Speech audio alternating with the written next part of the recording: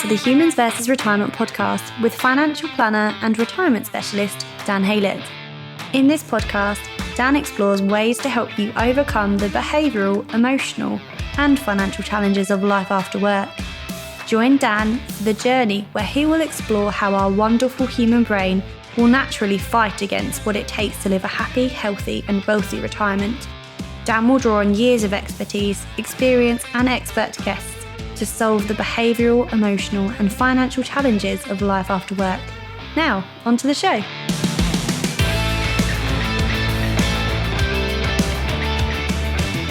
Hello and welcome to the Humans vs. Retirement podcast. I'm your host, Dan Haylett. So this is episode 11 of the podcast, and it's going to be very different to the other 10. And I'm so happy to have a conversation with my client and good friend, Andy Murphy. Andy, a warm welcome to the Humans vs. Retirement podcast, and thank you for agreeing to share your story and experiences with us. Great, thanks, Dan. Good to be with you.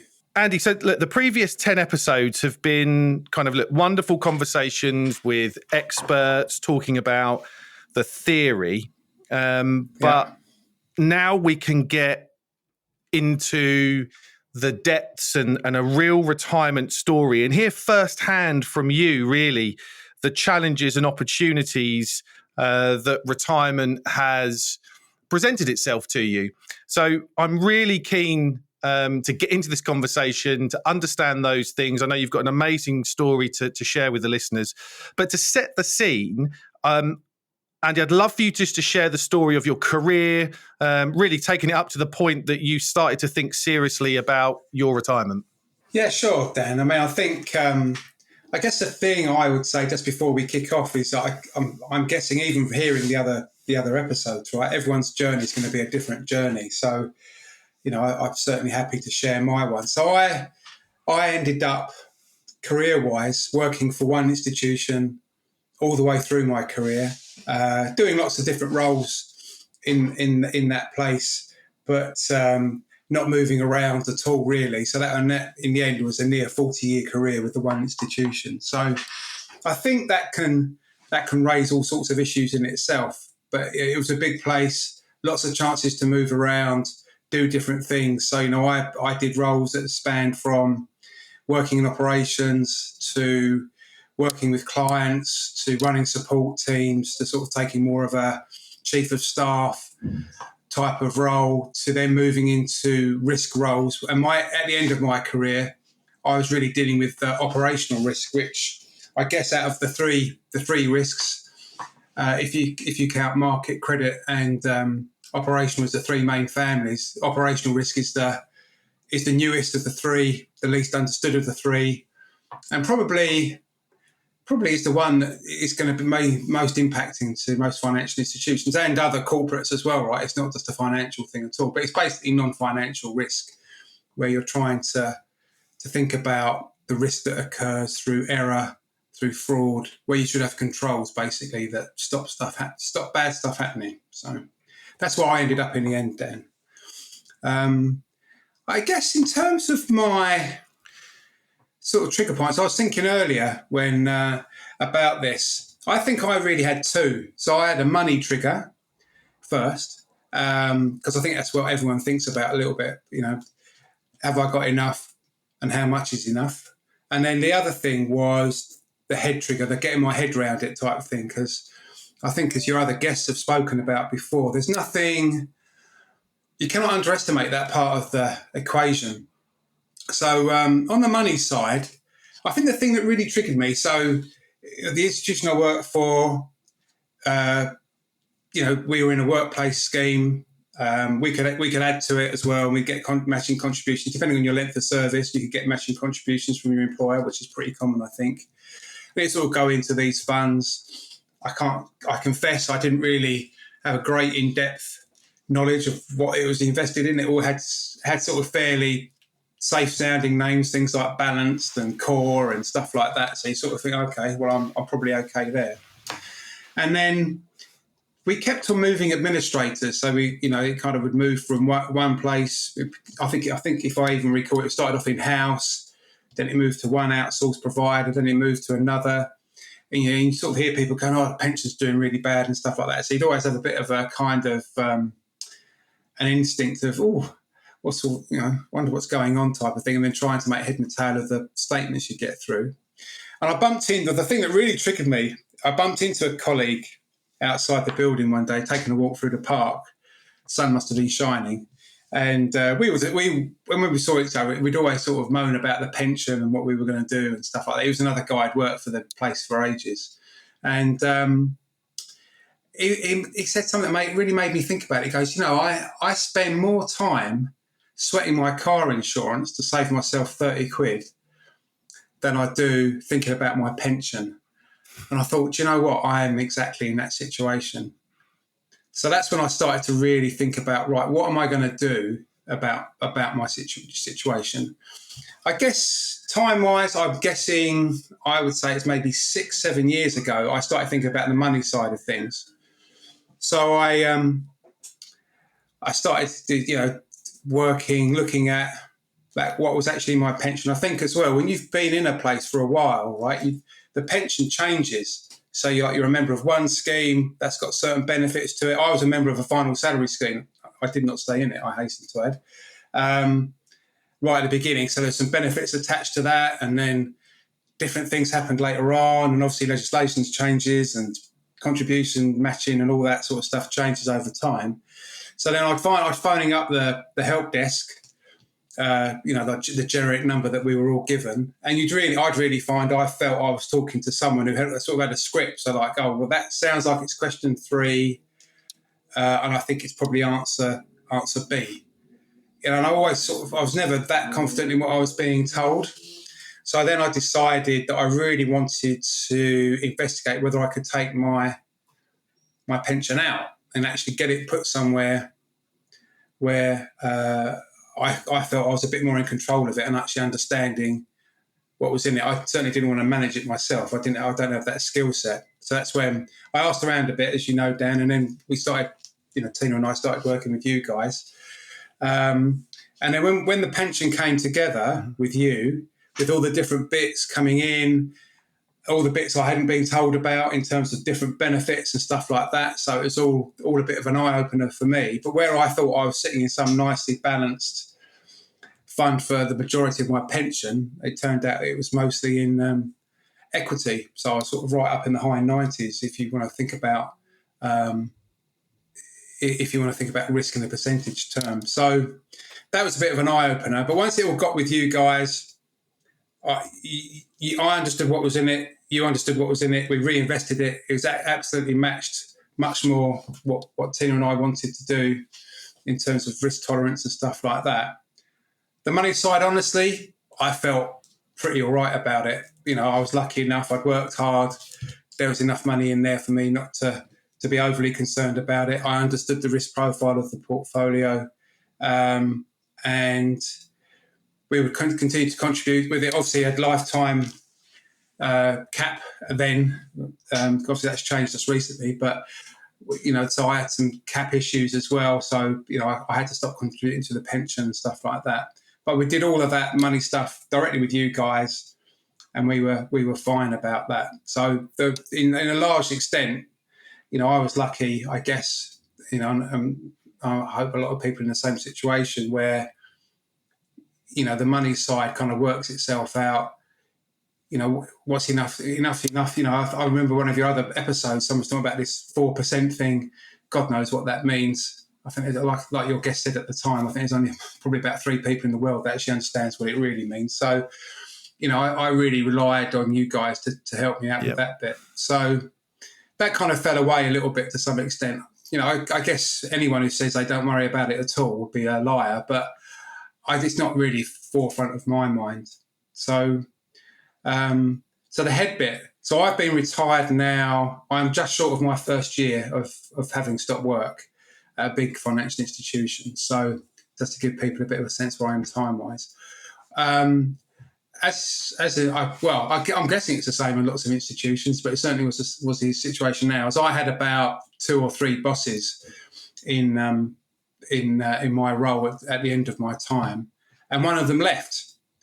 went to another institution. And I sort of instinctively felt, well, I should be applying for that job, shouldn't I? Really? And really then felt, oh, do you know what? Actually, I don't want to apply for that job. I did take a bit of a sounding as well, to be truthful, but I just really thought about it. I had a long chat with Tina. I just, you know what? I've had it.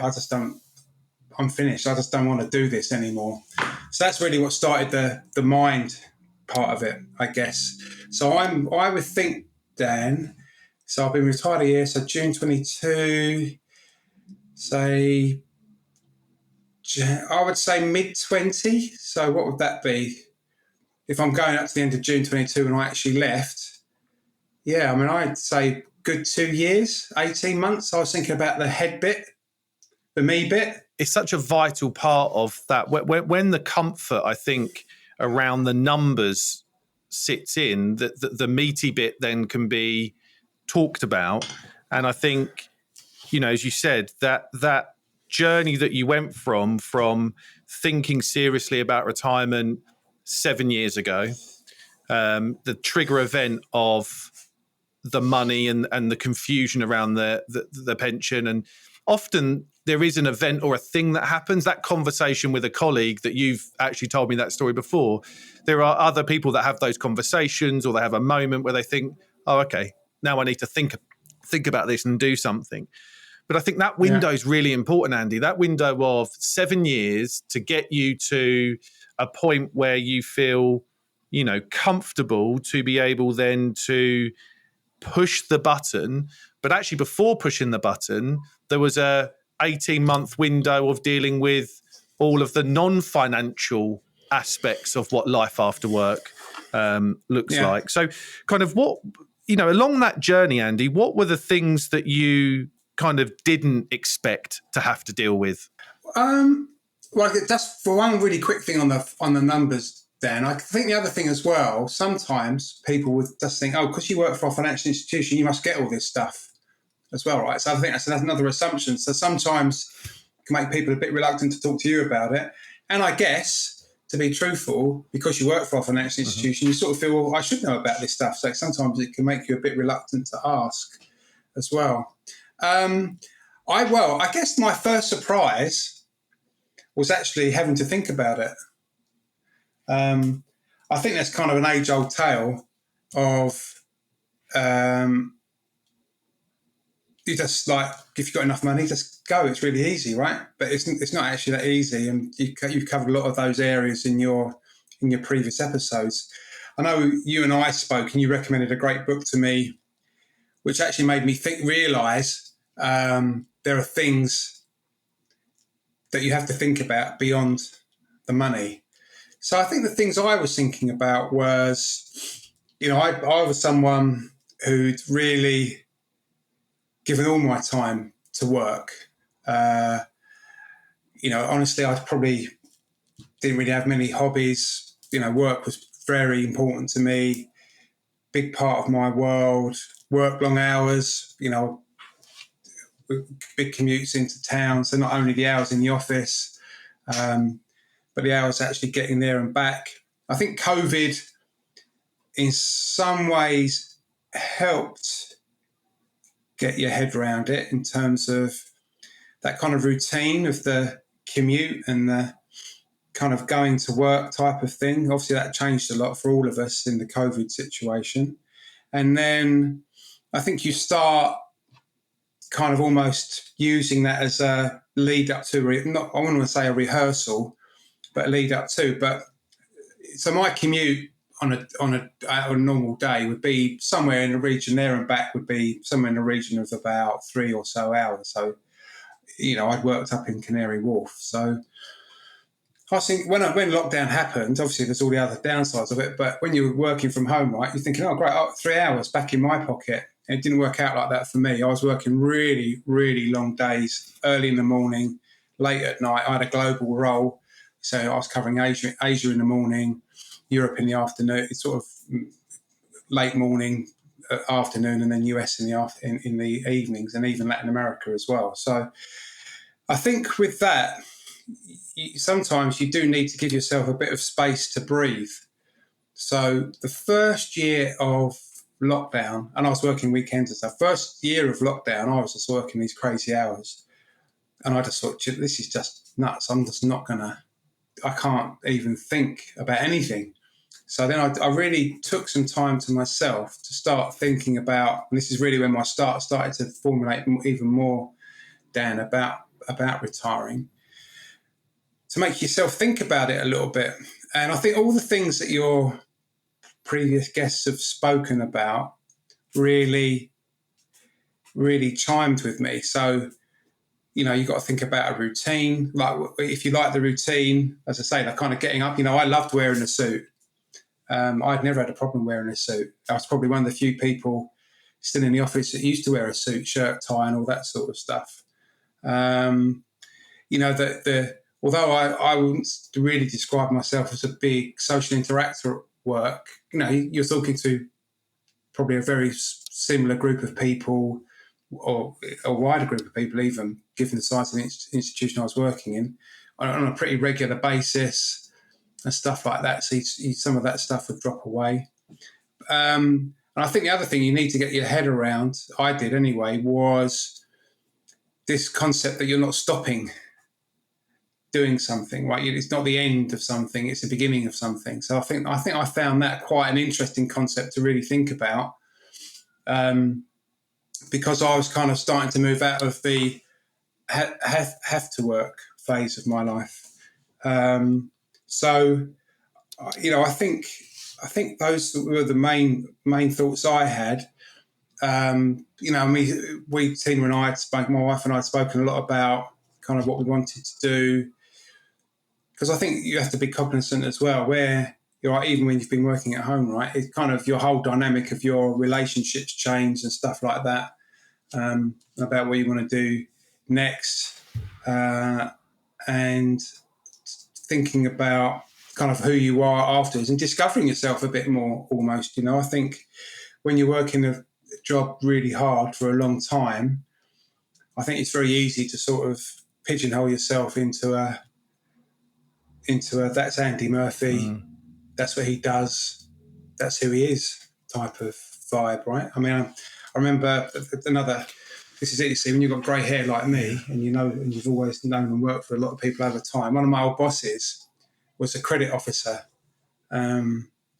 great guy, very detailed, and he used to sort of say, people think I'm a real bore because I kind of go over all this detail and require it in great depth and stuff like that. He goes, but I'm not a bore, I'm just, I'm a fun guy.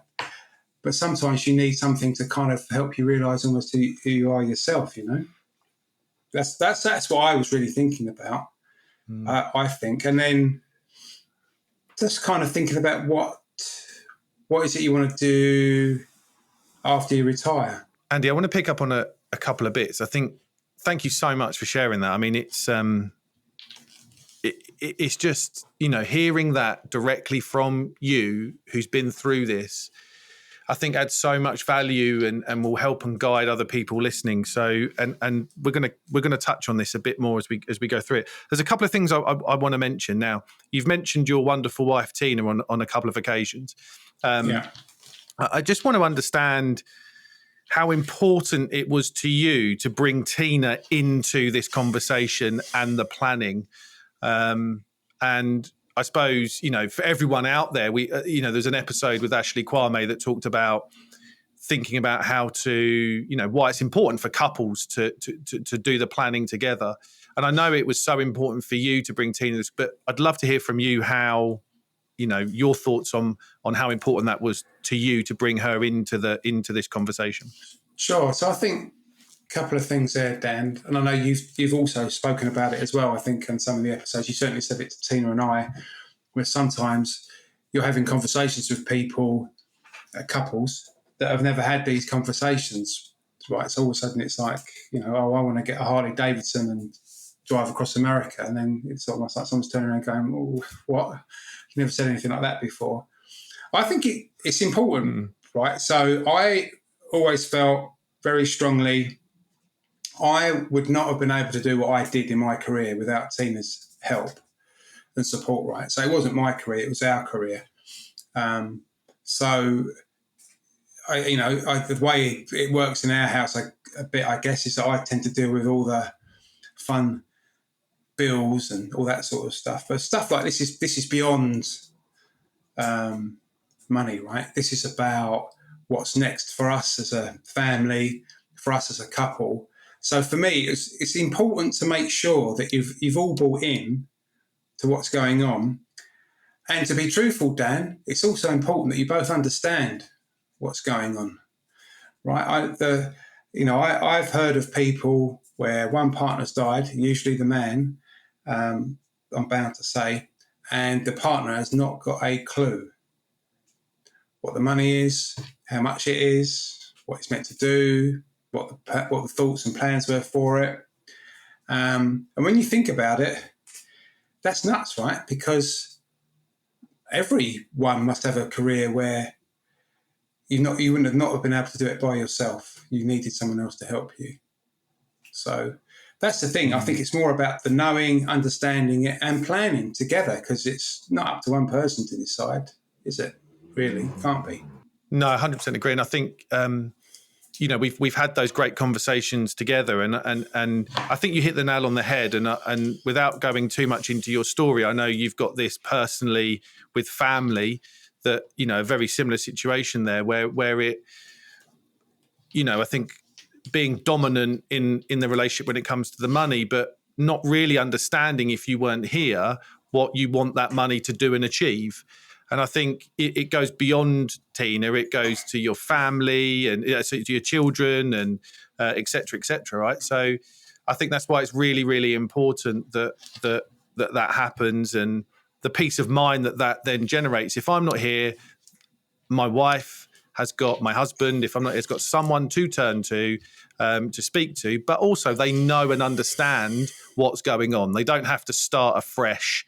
If something was to happen, and I'm just curious, does that feel like it's a weight off your shoulders? Does that give you peace of mind? Yeah, I think it definitely gives you peace of mind, and it's a weight off, right? But if you think about the other person, so I don't know, there must be some statistic out there somewhere, but a lot of when people die, I don't know how many times out of 10 it would be, but usually there's a period of ill health leading up to that time, right? And that can be years and years and years, or it can be very quick, depending, sadly, what the situation is.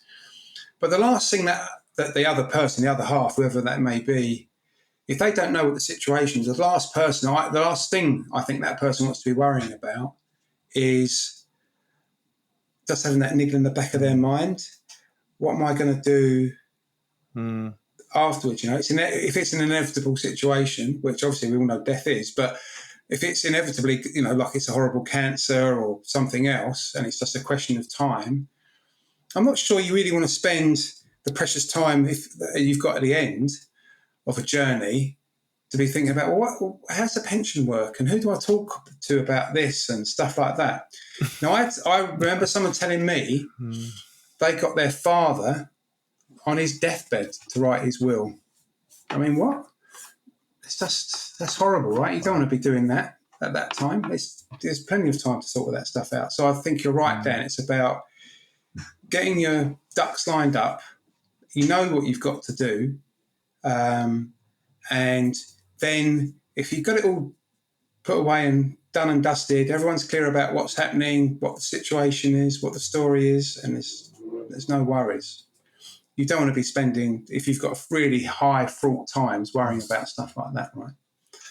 So that's absolutely, you want to weight off your shoulders, and you want to be fair and transparent about it. I think that's the key thing.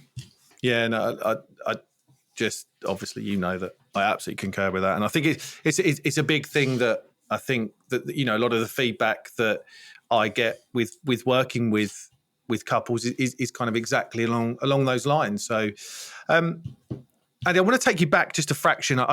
One of the big topics that's come up on this season of the podcast, and it's not in every episode, but it's in the vast majority of them, is this kind of identity shift. And you did touch on it a little bit 5 minutes or so ago. when you said, you know, you had a long career, successful career, work meant a lot to you, and Andy Murphy as a human being had a lot of his identity. I'm talking to you in the third person. This sounds really weird. Andy Murphy had a lot of his identity wrapped up in his work. How did you think about dealing with that identity shift? And I know from talking to you, it's a bit of an ongoing process. And is there anything that you've done to think about that or start to, you know, create a new identity for yourself in retirement? I think, well, it definitely it's a thing to think about. One of the previous episodes, I think one of the guys ended the conversation by sort of saying, redefine who you are. You know, sort of set your new life purpose, the words to that kind of effect. So I think this first year for me, maybe to some extent, it's been finding out a little bit more about who I actually am, to be truthful. I think there's some kind of time that you need. So I think my assumption when I retired was, you know, I'd probably take it easy for a couple of months and then I'd be busy. I'd get all this stuff sorted out around the house and doing this and that. And I've made some progress into that, but not much. I really focused on the things. I think one of your contributors did talk about it, and I think it was in that book as well. Is focus on the things that you love, right? So what are the things you love doing, or just love as a topic that you're not getting the same chance to do anymore? So my big love, as you know, Dan, is music, right? So, but I couldn't tell, before I retired, I couldn't tell you the last time I'd actually listened to an album all the way through. I was probably still discovering new music, but only in little snippets. Of going to a lot of gigs, which I still do with friends. So that's really what I wanted to do. So what is it I want to find out about music? You know, I'd had albums that, you know, you should have listened to that I never had and stuff like that. So, you know, one of the things I did there, you know, we've got a little album club going amongst a group of friends. You know, we each nominate an album each week.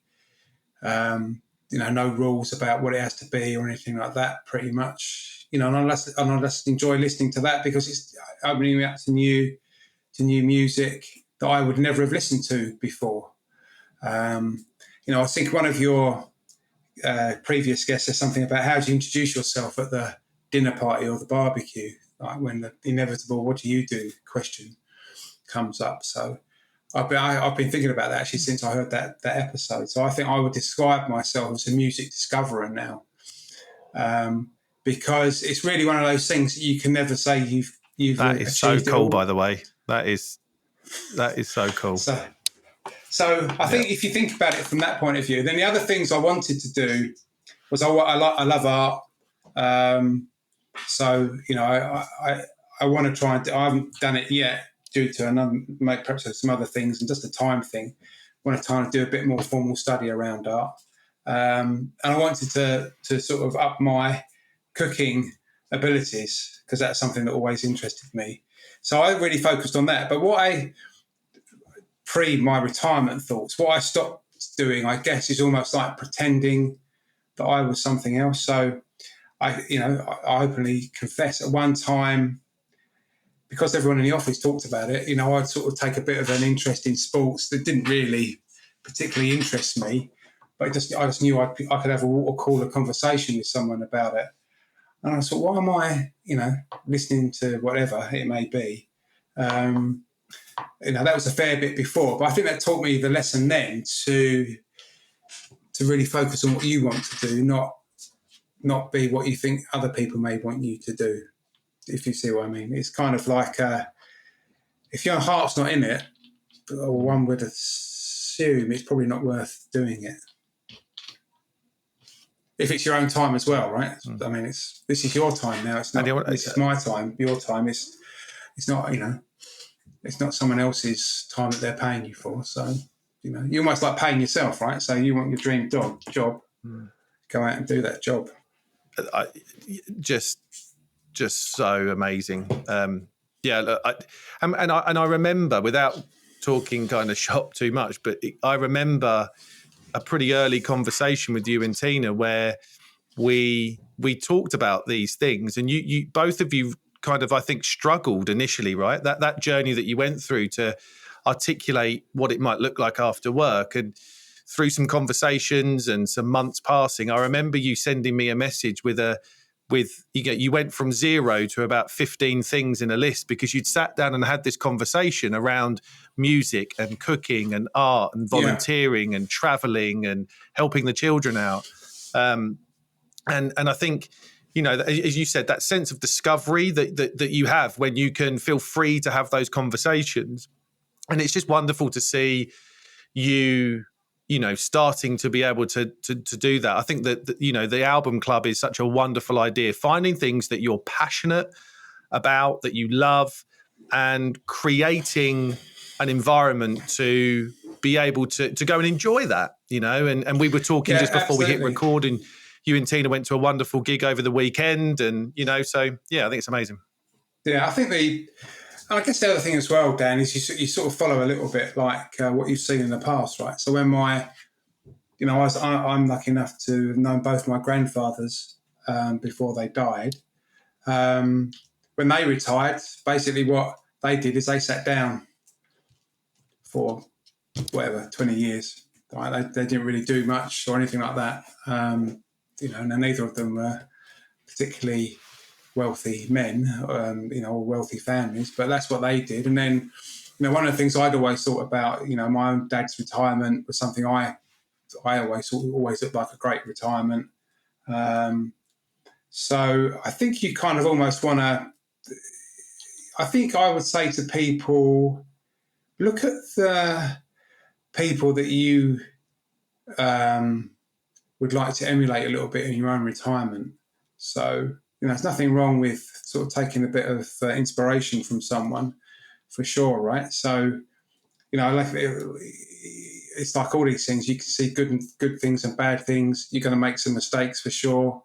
Don't get frustrated with yourself, which I think is certainly something I felt a little bit, particularly with the tidying up stakes as well. I think you sort of think, oh, God, I've got no excuse now. I can't even say I'm busy at work. So I think it's just the way that the cookie crumbles sometimes. I think the other thing as well, Dan, is our my initial plans have changed a little bit just because of some circumstances that were completely out of my control. But I've not forgotten about the plans, and I'll be getting back to them, as soon as I can, type of thing. So I would say to people as well, I know you talked about it in your previous episodes of this podcast.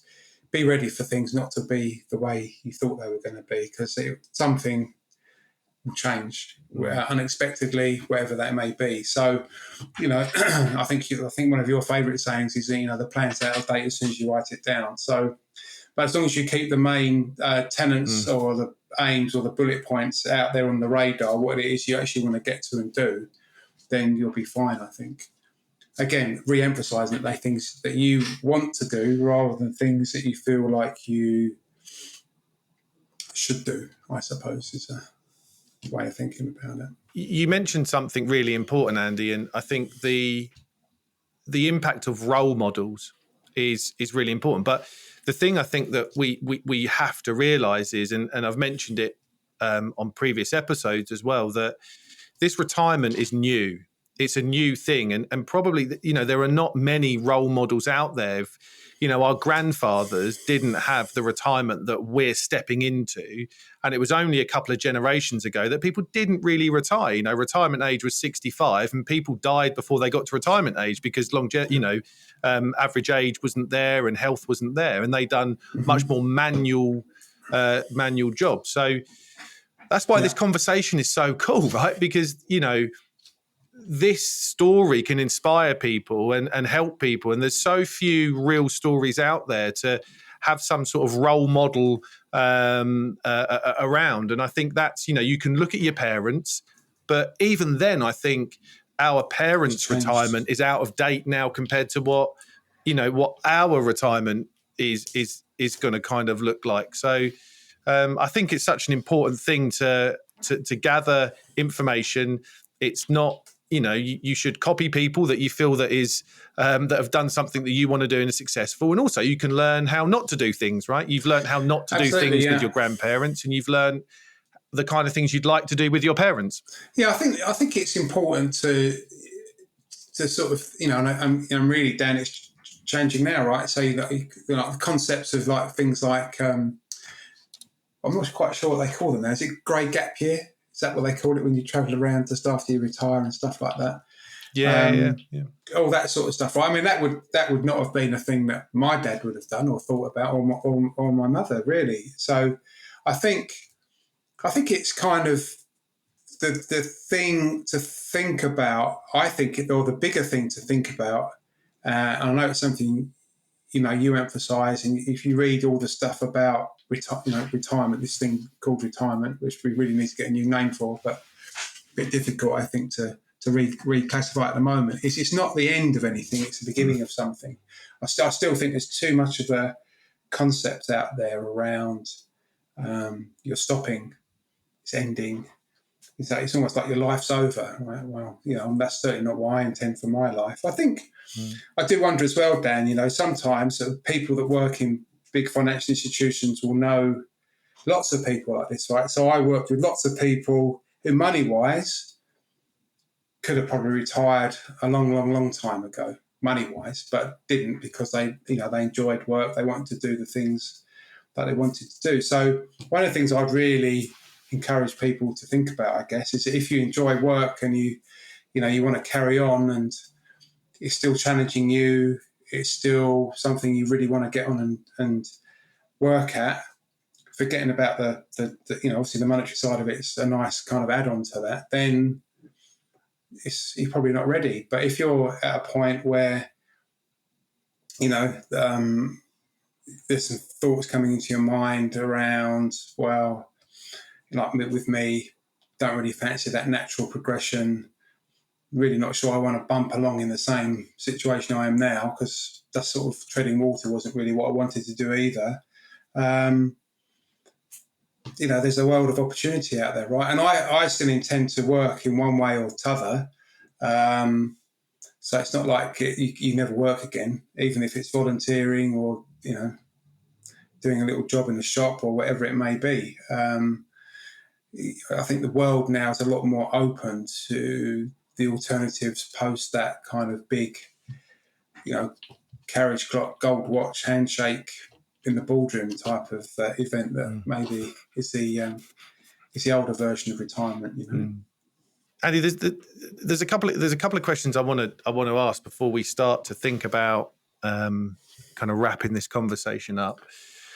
What and this question is going to be phased over 2 time periods in your life, but okay, I'm really curious to understand what was that moment like when you handed in your notice? How did it feel? What did you? Because I know we talked a lot about how to communicate this with friends, family, and work colleagues, but what was that moment like handing you notice, and how did that feel? Well, so I you and I talked a lot, Dan. I was in a very big quandary whether I should tell my boss or not about my plans. So I guess because in the end I did decide to tell them. So I think partly I had already done it. I gave them over a year's kind of a heads up type of thing. So in some ways it felt a little bit diluted from that point of view. And honestly, the actual handing in of the letter didn't really feel that big a deal because the lead up to it had been so long. The time when it felt real was when I put it on LinkedIn and told people that I'd retired. That felt real then. So it's I think again, my dad would not have a clue what I was talking about if I said, "Oh, it really felt real when I posted it on LinkedIn." I think times change a little bit like that. But when the word's out, I mean, obviously people knew within the team, within the organisation. But when you put it up on something like that, where you're linked to either a lot of contacts, a lot of ex-colleagues, and stuff like that, that's that's when it really felt real to me. And I honestly felt pretty elated, actually. I think glad to tell people. In the end, at work, due to one thing and another, it was maybe a bit nearer the end of my time than I'd have liked it to have been, but it was okay. But no, it was good. I felt, I think I felt elated by it. Yeah. And we had that LinkedIn post. I remember it vividly because I saw it, and I remember going, having a lovely, warm, fuzzy feeling that it felt like it was official for you. And I remember I think we either WhatsApped or we had a conversation. And I think the response to that, you got quite emotional, didn't you, really, about that kind of, you had huge amounts of response to that, well wishes from people. And I think that was lovely to kind of for you to read through and see that. I think, well, yeah, you're absolutely right, Dan. I was very touched, and people were really kind, and some people said some really nice things about me. I hasten to add, no one said anything really horrible about me either on LinkedIn. But I think if you work a long time and work's very important to you, and you really put your whole heart and soul into it, what you really want to feel at the end is valued as part of that whole process, right? So, corporations, best will in the world, right? You're just another number on a spreadsheet. So the way you get your value, I think, is by what you've done with people that you've worked with, and LinkedIn is the response I got anyway was fantastic on that, and really made me feel. My big thing all the way through my career was adding value, and I really felt that I'd done that. With that sort of feedback, and obviously the conversations I had with people directly when before I actually left the office and stuff like that. So yeah, it was lovely. They're really nice. Yeah, and it actually, I think then that felt like the more real that I've left the thing. I think I can't remember. I think I even posted that after I'd physically left the building. Is my memory of that. Yeah. You've touched on this a little bit, but it's worth recapping some of it. I've got a couple of questions that I want to ask before we finish up. Sure. What have you done in that kind of 12 plus months since you left work? Give us some highlights, because, I think you've done some really cool things. You've obviously, without going into detail, I know you've had some challenges as well, but what has that 12 months given you since you've left work? Well, I do find myself in that age-old thing about I don't know how I ever had time to go to work. I've had a little bit of that certainly recently. So I think certainly listening to a load more music than I've managed to listen to for a long time. And I've always looked to music. It's always been a big part of my life, very important to me. And I'm lucky enough that I've got friends who share my love and passion, and we share that together. So I think that's been a really big, important part for me. One of the things I wanted to do was spend more time with family, which I've done, and helped with family a little bit more as well. So I think that's also been things that I felt good about, pleased that I was able to do it. Having got my head around it a little bit more. I wouldn't say I'm certainly not going to be ready for MasterChef anytime soon. I'm certainly cooking more stuff, all pretty simple stuff. I think, Dan, I owe you a lunch from probably the best part of 18 months now, which will happen one day, I assure you. But I think I've not managed to get to do that too much. I'm probably fitter now than I've been for a long time. I've been lucky enough to be working with a PT who's been great, really helped me. So, I think I would say that. I think the thing is, Dan, and it is a little bit different, I guess, now with people who've got hybrid working. But you know what? I just didn't realise how tired and knackered I was after I finished work. I was pretty much done, I must say. And I didn't realise how long it would take me to recharge my batteries, which I guess to some extent I'm still recharging a little bit, I think. But I had not appreciated that, just how much I needed a break, rest, whatever you want to call it. So I think I spent a lot of my time this year resting. I guess the last thing, I think I used to love reading books, but I can never stay awake long enough to read one. So I've set myself a challenge to get through a book a month this year. Not too mega, but I'm managing to do it so far. So that's been another good thing as well. Doing some stuff that nothing complicated. I haven't done any big world tour. I've not been to see the 7 wonders of the world in the last 12 months or anything like that. We've not really done any travelling in the last 12 months, so of any consequence. So I think, it's just sometimes it's getting back to the basic things in life, right? So listening to a bit of music, reading a book, cooking a bit of food. Sounds okay.